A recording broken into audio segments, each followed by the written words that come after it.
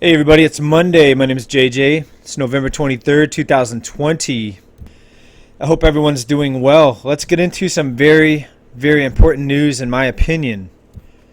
Now, as many of you may know, the United States and the world for that matter is headed into some very important times, and this is an amazing time to be alive.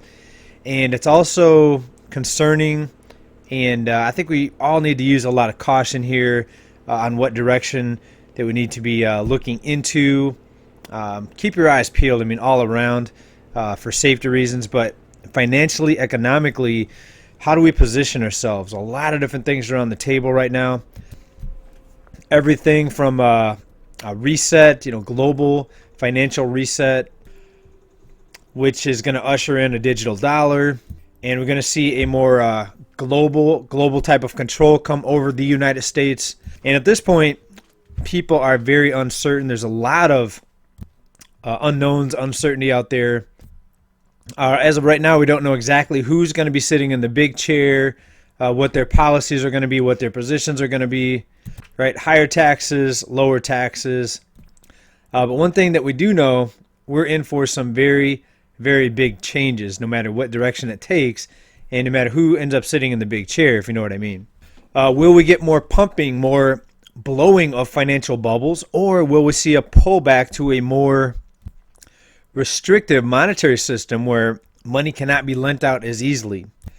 Right? A lot of questions out there, a lot of things on the table, but let's figure out how we can best position ourselves. Now, I've been reading through the comments, and I did see a couple of comments that were kind of critical of what we're talking about here.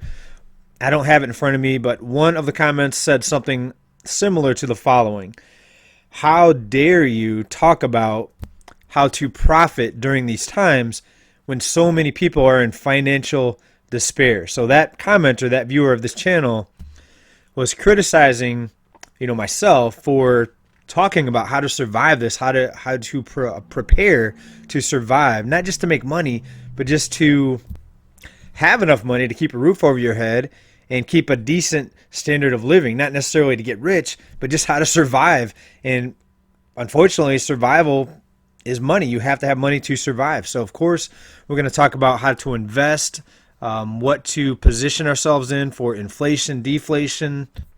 We look at all the news reports, all the evidence that try to tell us, which way that we're headed and how to best prepare.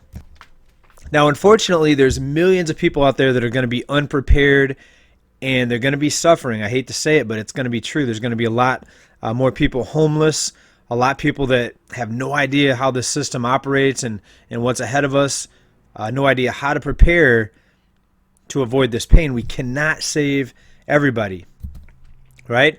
This channel's got 60-something thousand subscribers, so there's 300-something million people in the United States. All right, there's other channels out there also, in my opinion, doing a great job of educating people, warning people of what's going to happen.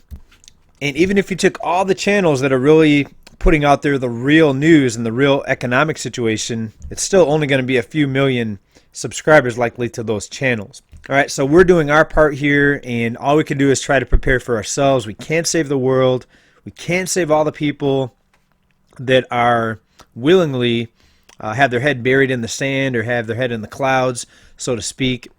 And also, there's a big portion of the population that's doing better than ever. I mean, you look at the top 50%, a lot of them, maybe some of us here in the channel, maybe myself, I don't know, are doing pretty well, and especially the top 10% are doing especially well, right? So when you're a mega corporation and you see tens of thousands of small businesses get shut down, well, there goes the competition. So now you've got the Costco's, the Walmarts, the Home Depots, the mega corporations. They're doing better than ever, and maybe the people that work at those companies are doing pretty well too. And unfortunately, it's mostly the upper executives that are doing well. A lot of the frontline workers are barely scraping by. And I think a lot of the frontline workers are people that fit into that category, living paycheck to paycheck. And we've got millions of people here in this country now waiting to see when the next handout's going to be put out there, extended unemployment benefits, the next stimulus check. But one theme that I like everyone to remember is the monetary system. We have unlimited currency. They can create it out of nothing in unlimited amounts. It's called a fiat currency. It's not backed by any commodity. It's not limited. You can print as much as you want. You can digitize as much as you want. But look at that and ask yourself, why are people not getting more stimulus checks? And why are the mega corporations exploding profits? And why are so many small businesses getting wiped out? Why are so many people not able to pay their rents? And they keep on inflating these asset bubbles with higher and higher prices. They keep the lending going. They keep the banking system propped up while prices are already too high for people to afford. And you've got millions of job losses on top of that. Millions of people can't pay their rents, can't pay their mortgages. Why? Why is this happening? All right. And I'm not advocating for more handouts for people, because that's not a long-term solution. It may help temporarily, but the only long-term solution is sound money, and no one's talking about sound money, unfortunately. So we have to prepare ourselves to survive and hopefully thrive within the manipulation, within the economy that's being steered by a group of people and their minions. Doesn't mean that we're greedy and that we don't care about anyone else. No, but all we can do is try to protect ourselves and our families and the people around us, our loved ones, and try to best prepare for what is coming. We can't save everybody. Some people willingly right now are probably watching cartoons and eating cereal instead of researching what's happening with the economy, and that's them. We can't change everybody.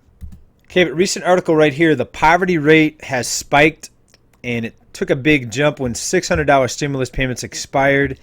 People are running out of their stock of savings. If they had any, their ways of coping are starting to run out. This is out of NBC News.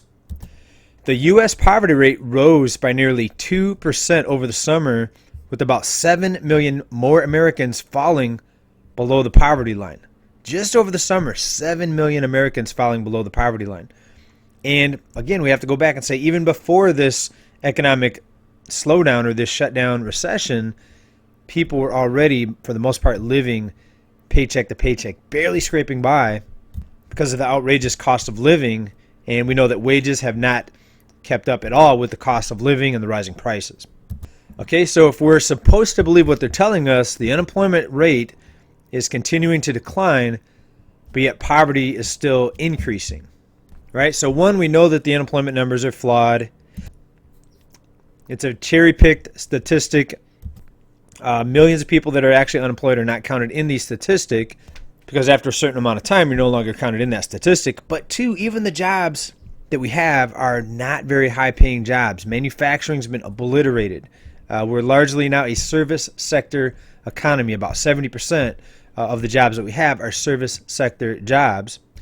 So just because the unemployment number is artificially going lower, it doesn't mean that people are actually doing better. In fact, poverty is increasing at the same time the unemployment number is dropping. You see what kind of bozo land, twilight zone economy that we're living in right now? And just think about the other costs that most of us have to deal with. The rising food prices, food shortages. We're seeing miles and miles of cars lined up to get some free food, free bag of food. All right, what's going to happen to the price of food?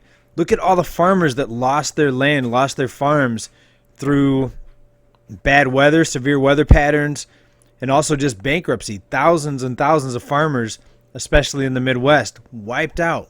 What's going to happen to the food supplies? There are going to be food shortages.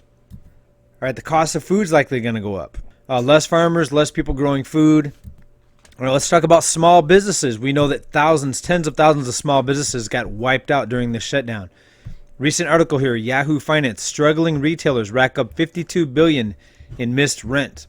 So even the businesses that did survive up until now are in big, big trouble. And will they make it through this? Now we're in lockdown 2.0. All right, things are about to get real serious real quick if they haven't already for you. And I hope you're doing well. I pray that you're doing well. The problem is, how are we going to continue to survive this if half the country is wiped out, devastated, and in poverty? All right, what's going to happen to the crime rates? Eventually, the people that are still working, by the grace of God, if you still have a job, what if you're going to end up paying for all these other expenses, all these other people that need food and can't work? All right, so are they going to take this money that's going to pay for this out of the paychecks of people that are barely scraping by? Right, so people working minimum wage, they're going to have to pay a bigger portion of their paycheck to cover all this other spending In the meantime, in the background, we have an unlimited printing press that can continue to blow up asset bubbles. You see the problem here?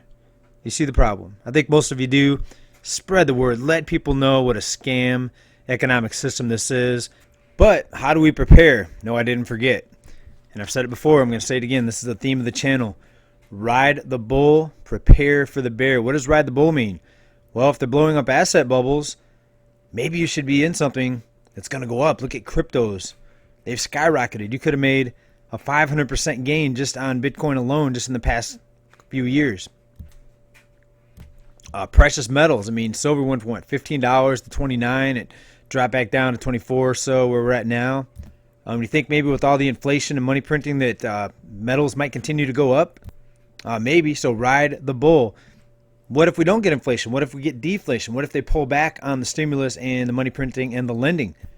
Well, that's when you're prepared for the bear. You have some cash on the side. So inflation, deflation, you're set because you're riding the bull. You're preparing for the bear. Either way, you're set. You're going to have cash on the side, deflation, prices drop. You get a buyer's market. You're going to be a buyer because you have some cash on the side. All right, now that's just the investor perspective. Even if you don't have any money to invest, prepare yourself in other ways.